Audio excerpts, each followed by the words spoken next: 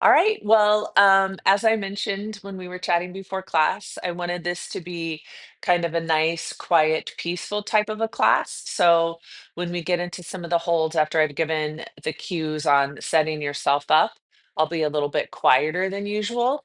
I'll still say something every now and then, just so you know, your internet is still working and you're not just holding poses forever.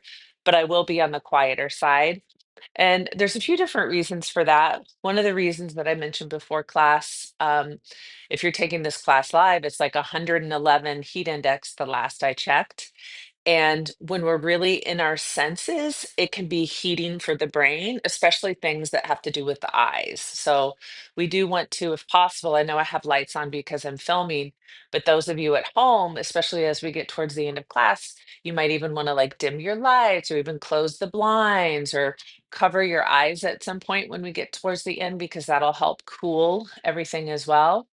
And then the other thing about the senses is one of the main what I would say like aims of yoga is actually to train our awareness to be more inward. So it's really a big part of yoga. In fact, it's one of the eight limbs of yoga, this ability to withdraw the senses. And they often talk about that idea like a turtle going in its shell. So, in a little bit of a way, we're kind of going to be like turtles for this practice. So I'll have you start in an upright seated position, and you could definitely be in a chair for this part if you wanted to. And I invite you for the moment to allow the eyes to close if you'd like to. If you prefer to have them open, that's perfectly fine. But if it feels okay to have the eyes closed, just notice how the eyelids provide a little natural cover, natural lubrication and moisture. So even just closing the eyes can create that cooling inward effect.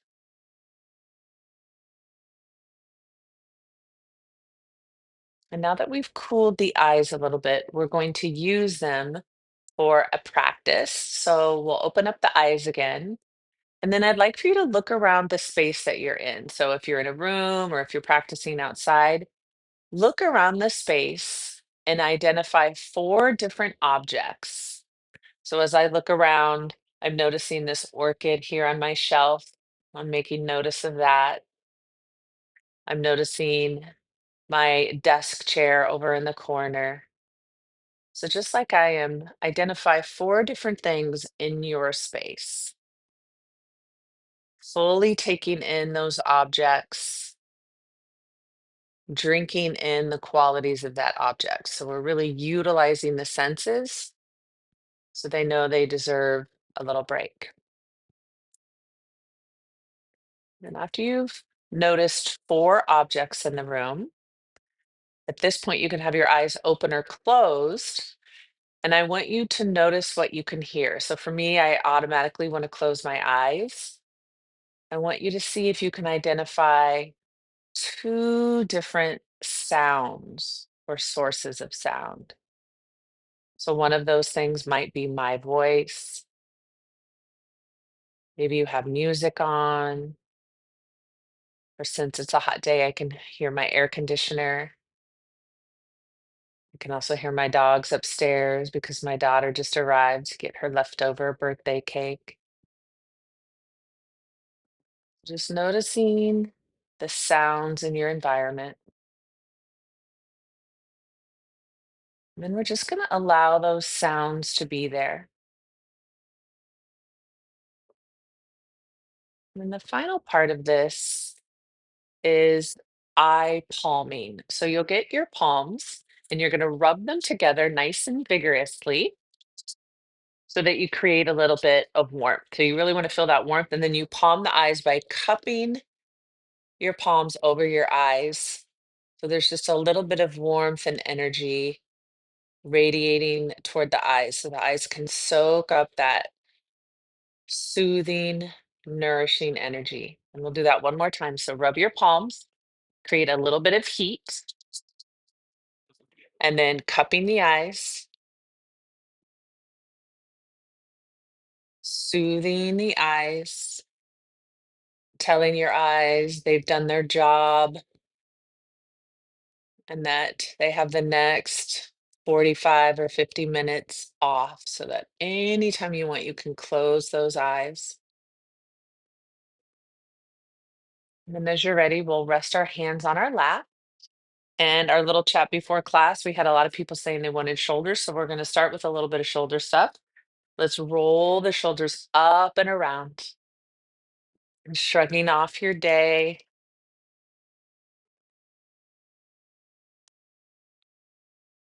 A few more just like that.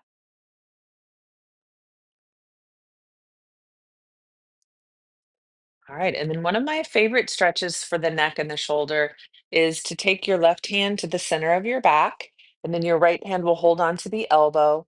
And you'll have this natural tendency to kind of want to curve forward. So see if you can sit up a little bit straighter and breathe. So if possible, your right elbow is reaching back as well. But if that doesn't feel good on you, you could just hold on to that left arm any way that works best. And if you're like most people, including myself, when you've had a busy day, it's sort of hard to turn the senses off. Your senses want to be really engaged. So just notice the process of your senses gradually disengaging. We'll relax the arms down, maybe do a shoulder shrug. In fact, it's really nice to do one at a time. Okay. And then we'll do the other side. So the right hand comes to the center of the back, holding on to the elbow or wherever it's best for you. And then see if you can get a little bit taller and breathe.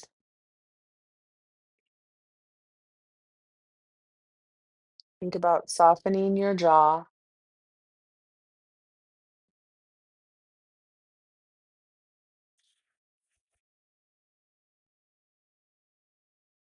And so I mentioned at the beginning, just letting the sounds be in your environment. Our brain likes to identify the sounds and figure out what's going on. But maybe for this practice, just allow the sounds to be there without needing to engage with them.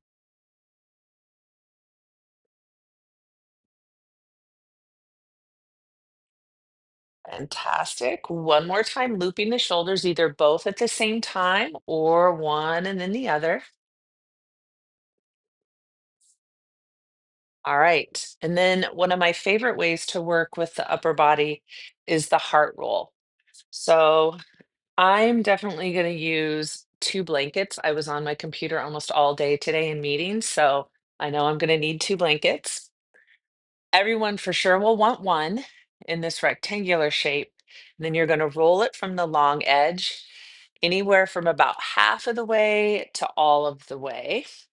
And of course, the more you roll it, the thicker it is.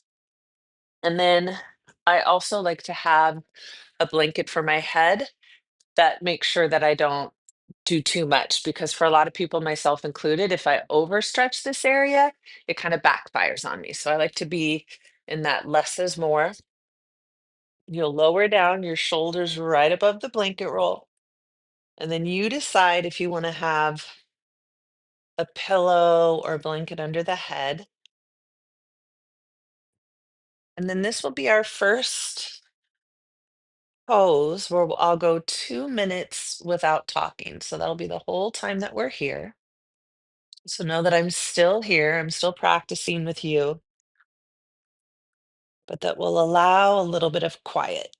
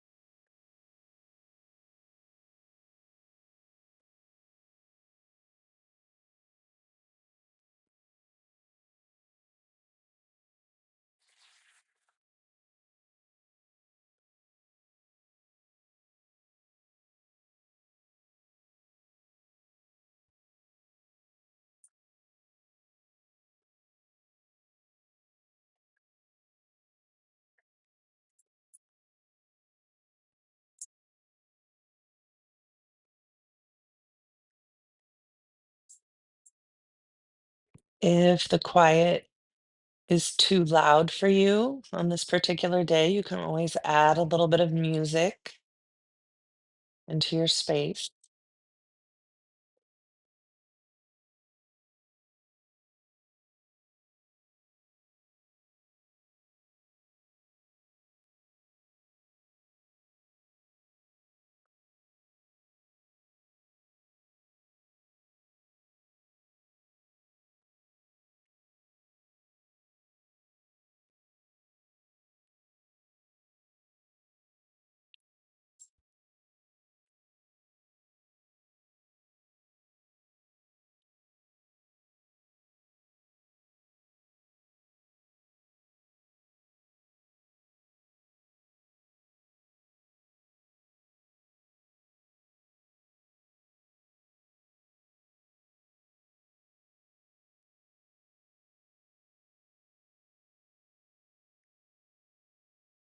Now we'll slowly come out of the heart roll in whatever way works for you. I typically roll to the side, prop myself up, and slide the blanket out, but you do what's best for you. And then we'll return onto our back and we'll pause.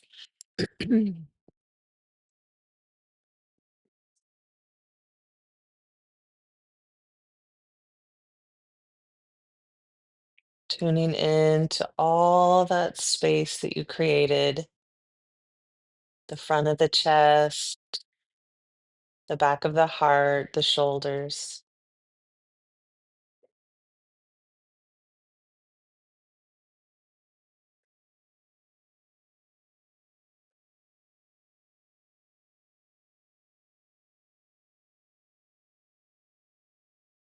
Now from here, we'll bend the knees, bringing the soles of the feet to the floor.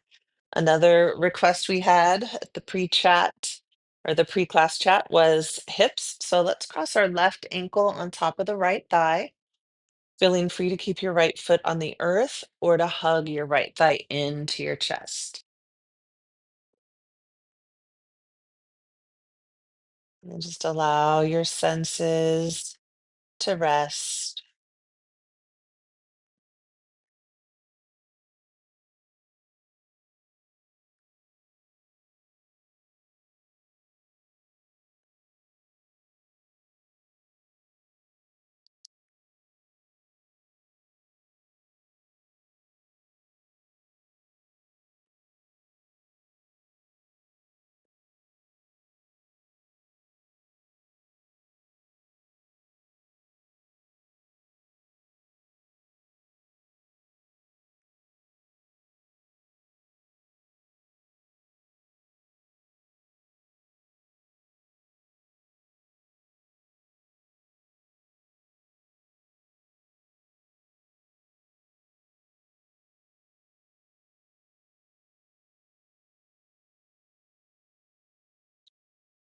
Then nice and slowly, we'll switch to the other side. So now the right ankle is crossed. Remember, you can keep that left foot on the earth. You could hug the left thigh in, creating that spaciousness of the eyes, the ears.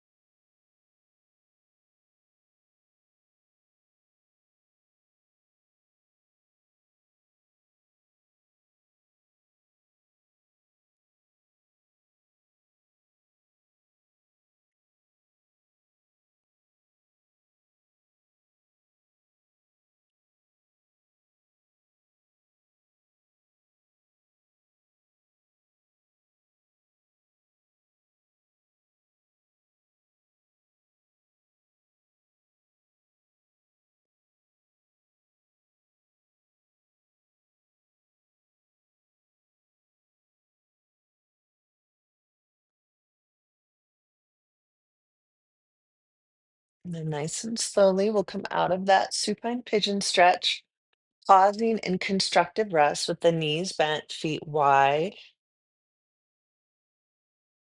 Just notice how you feel.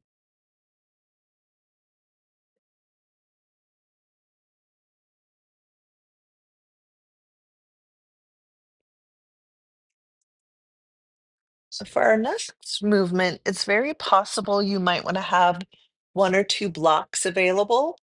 So I'm going to have a block available. You might want to grab one too. But we'll start with a windshield wiper first. So knees side to side.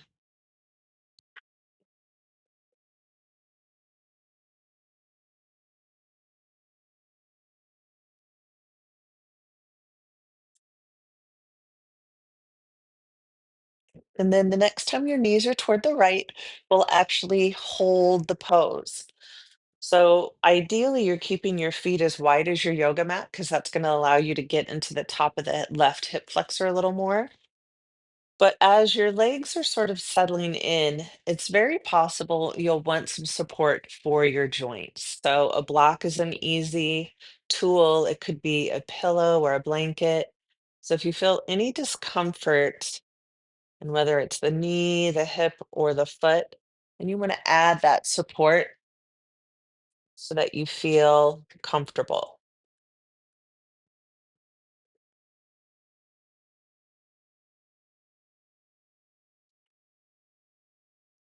And then imagine yourself bathing in the quiet.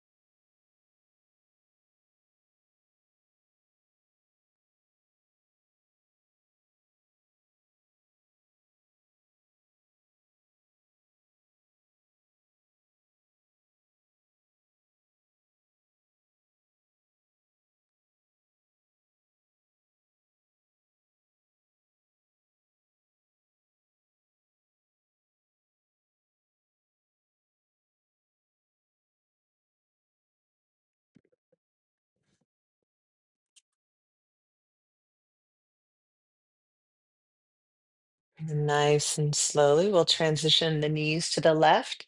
Same idea as you set yourself up. Know that you can always utilize props so that your joints feel comfortable and supported. Softening your face, softening your eyes, softening your ears, softening the mouth.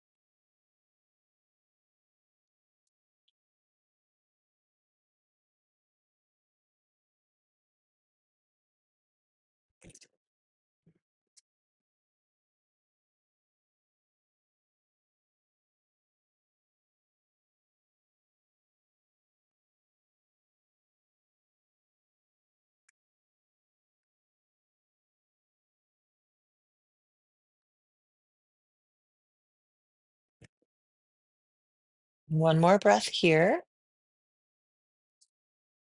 and we'll find a few windshield wipers, and then we'll pause either in Shavasana or constructive rest, noticing the sound of your breath, nice and quiet.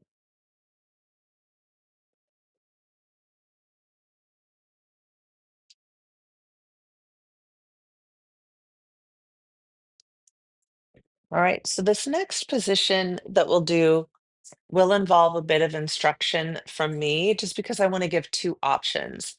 We'll be coming into lizard with the right knee bent. And for some of you, doing lizard on your back is a really nice option. It's almost a lot like a half happy baby with that right leg, and then your left leg is long. You can see that this truly is just like lizard, but it's flipped on its back. And this is a really nice option for those of you who don't want to put pressure on the back knee. So that's one way that you can do it.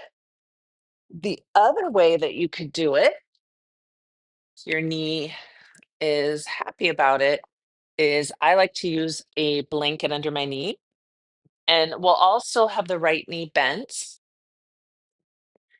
So lizard upright would be that my right foot is nice and wide, my left knee is on that blanket, and then you're coming into the exact same pose.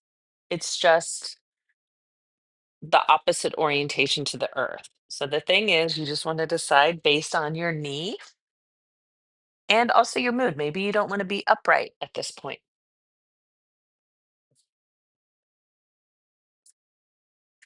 Then it's time for us to settle in. And the quieter I am, the more you might notice your own inner thoughts, your inner dialogue.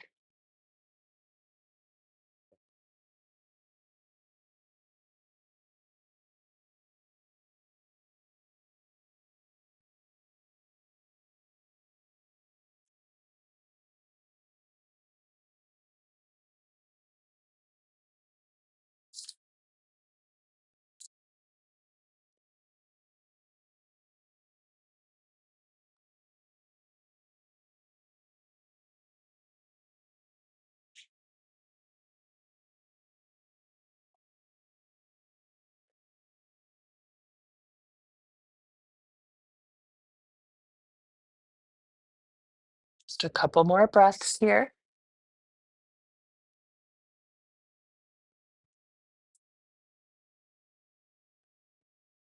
And then we're going to counterpose this by straightening slash lengthening your right leg. So if you're upright like me, you might want to use your blocks as you lengthen that front leg. And then if you're on your back, you'll stretch your right leg up toward the ceiling, a lot like the hamstring stretch we often do.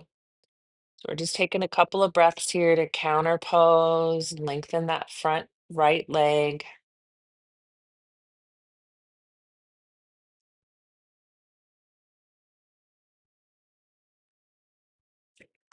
All right, fantastic. We'll switch now to the left knee being bent. And the reality is that our two sides are different. So it may be that you're doing this side differently. You can do it the exact same if that works for you. So lizard on its back or lizard upright, choosing what's best for you. And then we'll settle in.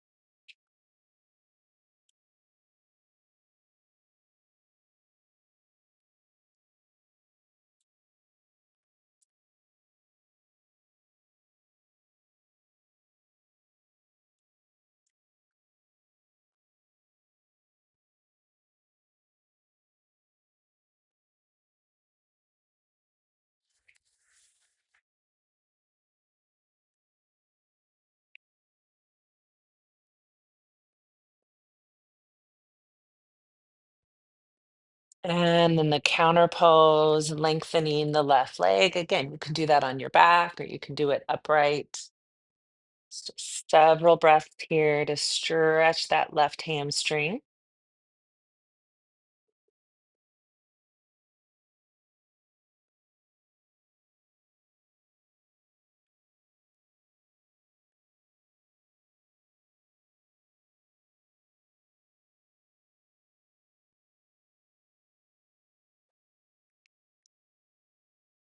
Wonderful. So we'll start to come into a couple of restorative poses. And believe it or not, I'm going to actually put on my sweater. I love to be cozy. It might even be that you want socks on. This could be a moment too where you might want to dim your lights if you find yourself that you're in a bright place. And the first position that I'll have us do will be a supported twist. So the supported twist, we're utilizing bolsters or maybe one bolster and a block. You're also using whatever you have around the house so you can create essentially a little bit of an incline here um, for us to do our recline twist.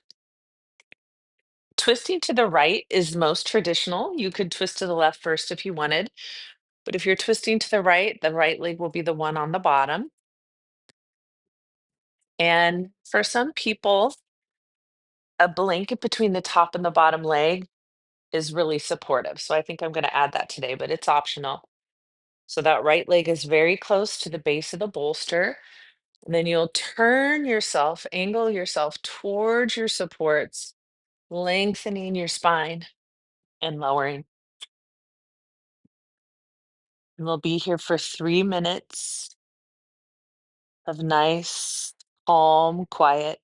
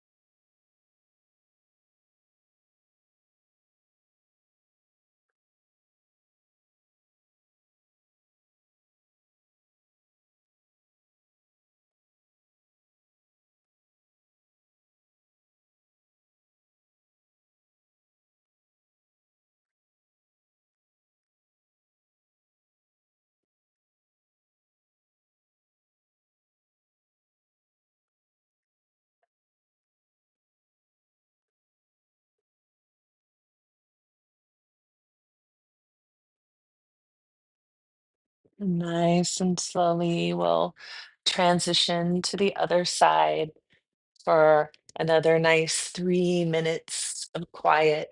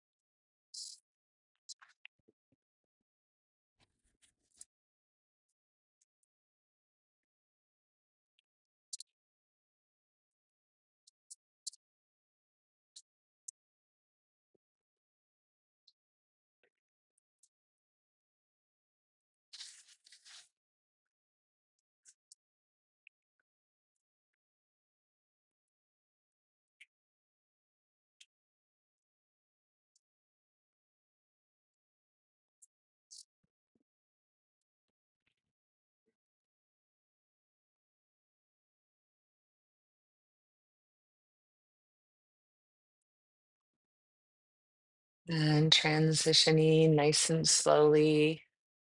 We notice I turned my overhead light off. Keep it a little kind of dimmer in here. And we'll come into our reclined butterfly now. And for this position, most of you are familiar with it and know your favorite way to do it. So you might be using the same support that you just used for your supported twist, or you may prefer to have your spine on the ground. Today, I'm using blocks for my legs, but in all honesty, my favorite is to use throw pillows under my legs if I have them handy, because you want to feel that quality of support. And then, depending on the temperature of the room that you're in and or how much grounding you're looking for, you might even want to cover yourself with blankets.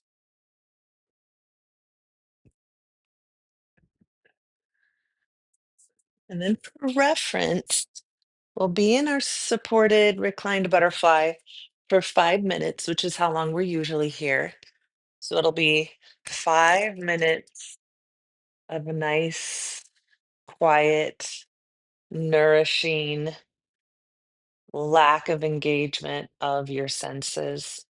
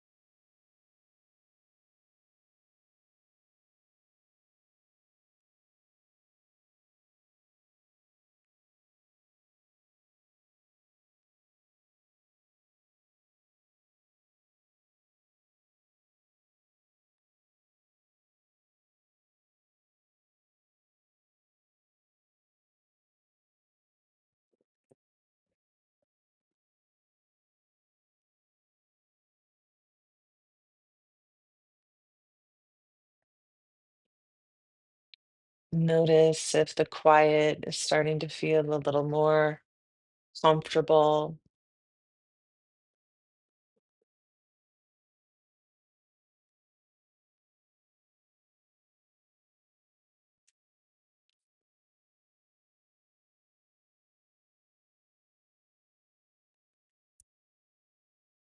And when you're ready, we'll lengthen our legs and take a moment just to notice how we feel.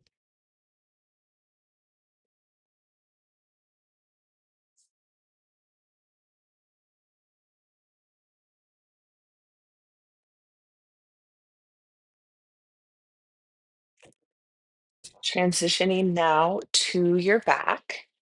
We'll do banana asana each side, which is a really nice position and pose to do for integration. It really works well with our hips and our shoulder focus today. So you can set most of your props off to the side,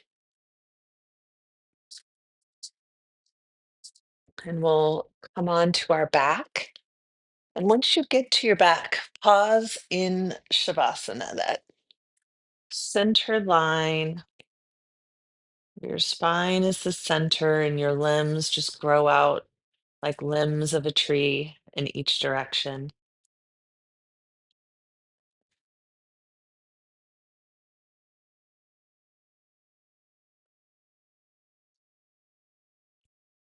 And if we think of the tree, maybe a willow tree that bends and moves in the wind, we'll bend our body to the right side. So walk your legs to the right, curve your upper body to the right.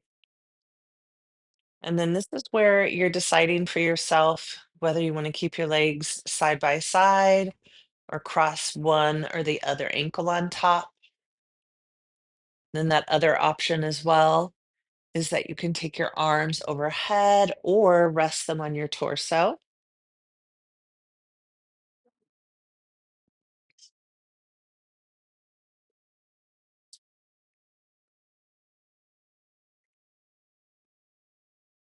And then practicing being in the quiet.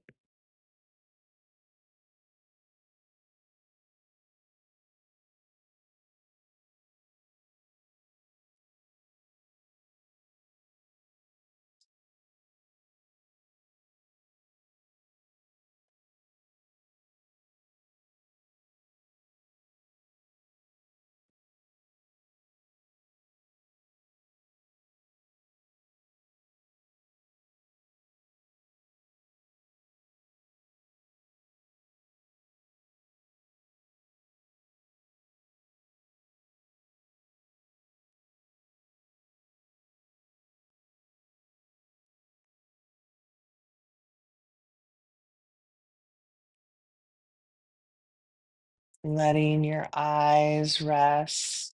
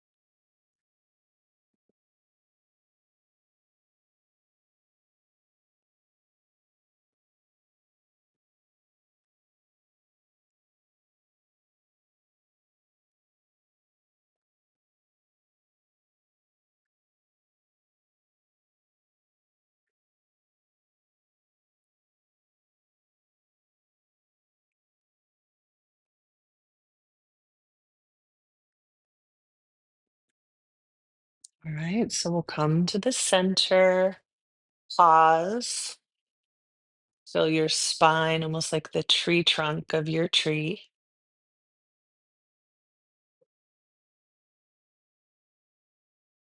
And then we'll bend like a tree in the breeze to the left.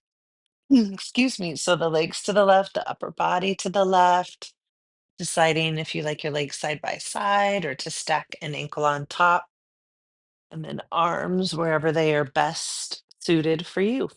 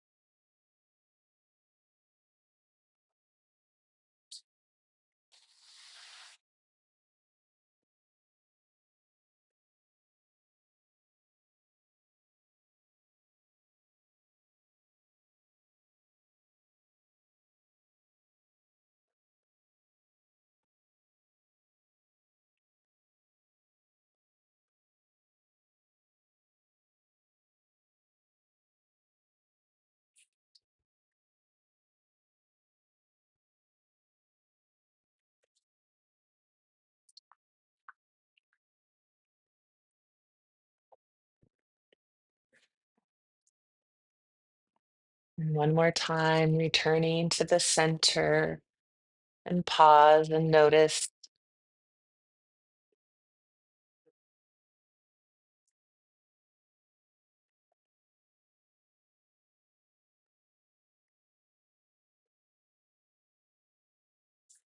And now we're ready for final relaxation. It'll be a touch longer than usual so that we can really allow our senses to rest and reset. So it may be that a legs up the wall for about 8 minutes may be too long for you. However, it may be that elevating your legs on furniture or a bolster or two is just the right amount of elevation. The other option too, the beauty of practicing in your own space is that you could elevate the legs and then when and if that becomes too much, you can always change your position. But want to have you set up in a way where you feel comfortable and cozy, where maybe there's not a lot of stimulation for the senses. And I'll start your relaxation in a moment with just a little guided relaxation for the senses. And then, as we've been doing throughout the class, then I'll leave lots of time and space for quiet.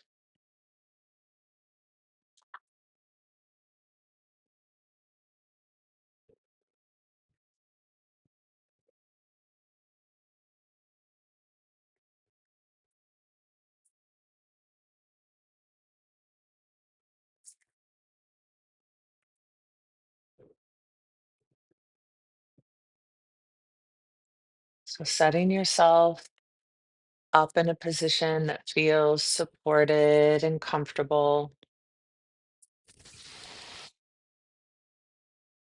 Maybe the eyes are closed, or maybe you want to place a piece of cloth or an eye bag over the eyes.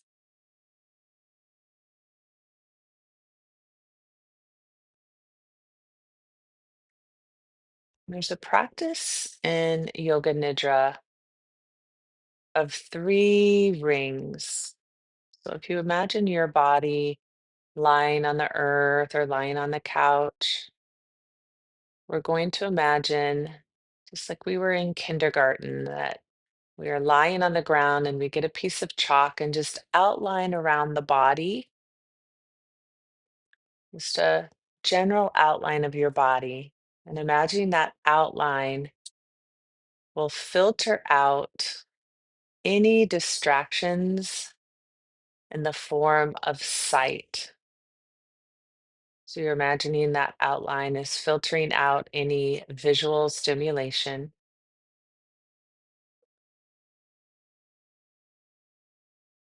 And then we'll draw a second ring or a second line around your body with chalk or paint. Just visualize drawing that barrier around your body that will filter out sound. So even if there is distracting sound in your environment, it's buffered by that second ring. It's like it neutralizes the meaning of the sound.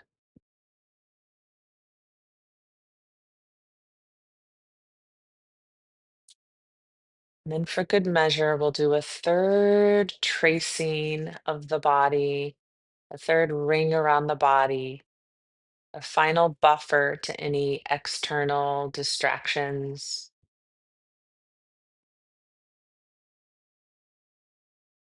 It might be a combination of the senses, or maybe you're visualizing it being a barrier between you and the rest of the world. I oftentimes visualize myself inside a cocoon of healing energy with 3 layers of protection.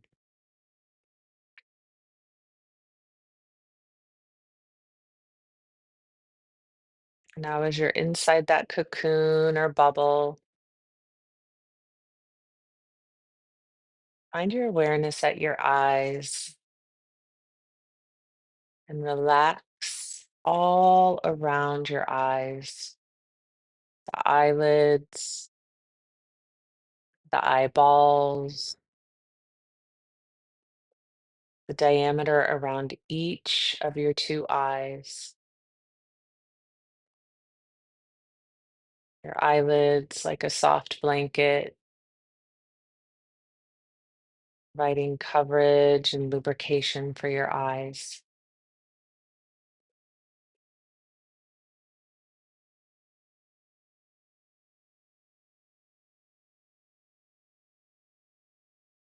Then the sense organ of the nose, relaxing your nose all the way to the root of the nose.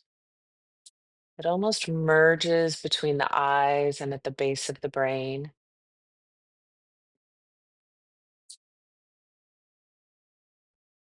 Relaxing the sense organ of the mouth.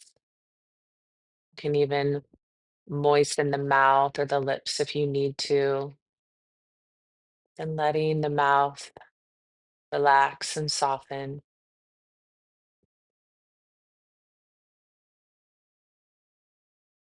And the sense organ of your skin, just feel your skin almost as if the pores could open up, the pores of your skin could relax.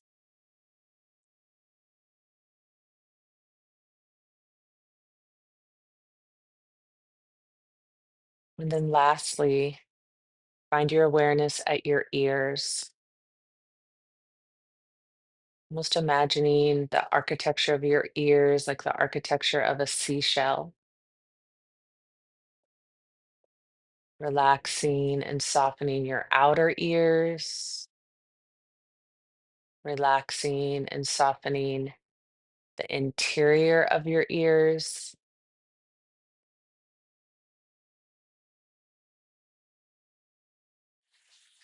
letting all of your sense organs soften and relax inside these three rings of protection as we rest in quiet for 2 minutes.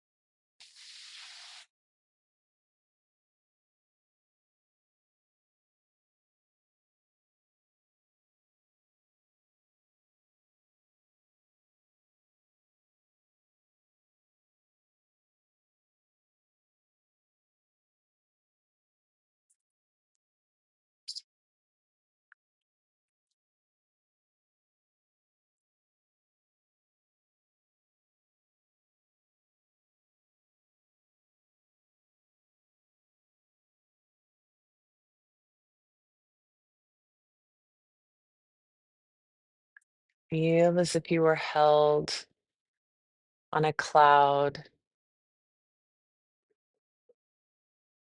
a cloud of healing, nourishing energy.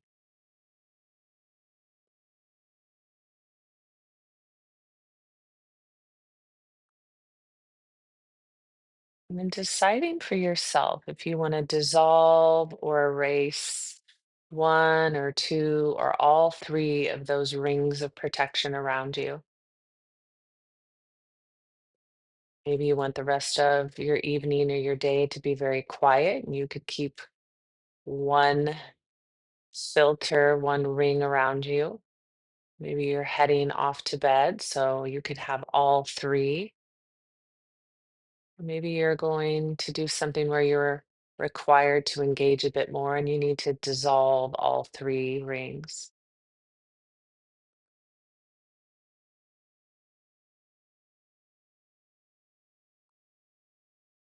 And you'll notice that without even realizing it, at the end of class, when we come out of Shavasana, we do reawaken the senses. That's part of the process of re entering the world.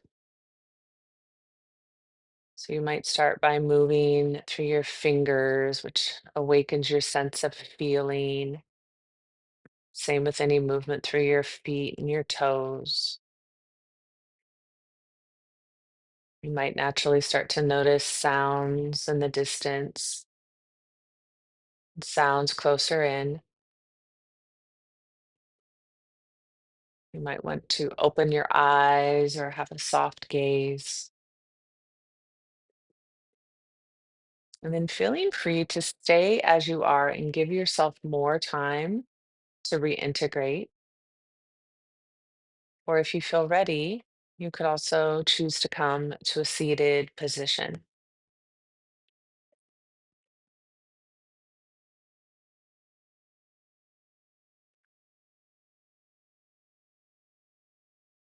If you'd like, you can place your hands either on your lap or together at the heart.